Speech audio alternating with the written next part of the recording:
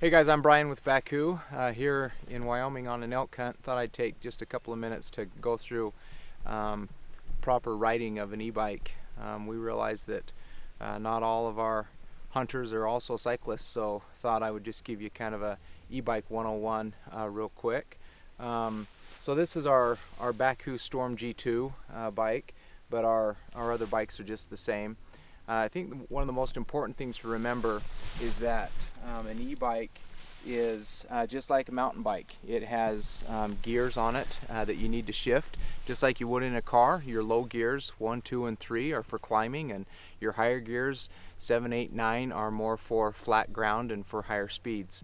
One thing that's really important is to remember to shift. When you're climbing hills, drop down into those lower gears. Sometimes it's deceiving because we're on a pedal assist 4 or 5, which gives you so much assistance that we forget that the bike is in the wrong gear. And when we're in the wrong gear, even though it feels okay, it's putting a lot more strain on the drivetrain. And the reason that happens is if you take a look at the rear cassette of a bike, here's our first gear, second gear, third gear, fourth gear, all the way down to ninth gear. And you can see how the cog of ninth speed or ninth gear is a very small 11-tooth cog, whereas this is a 36-tooth cog in our first gear.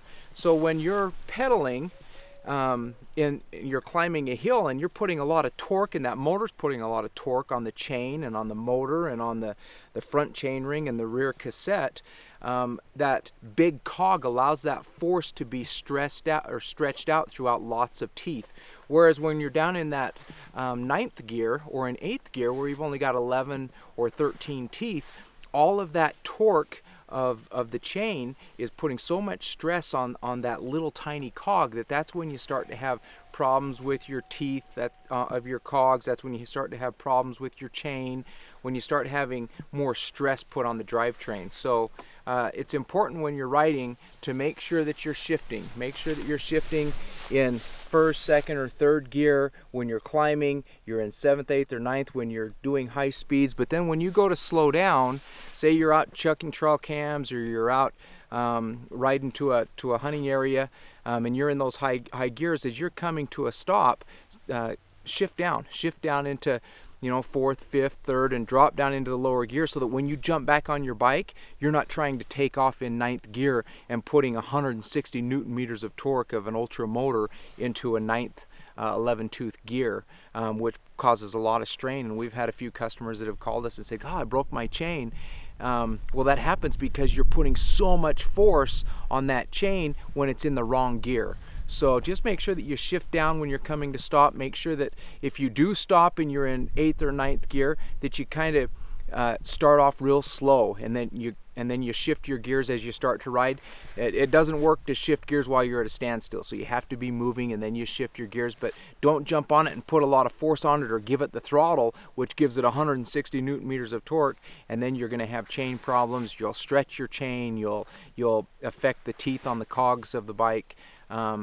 So yeah, make sure that you shift right.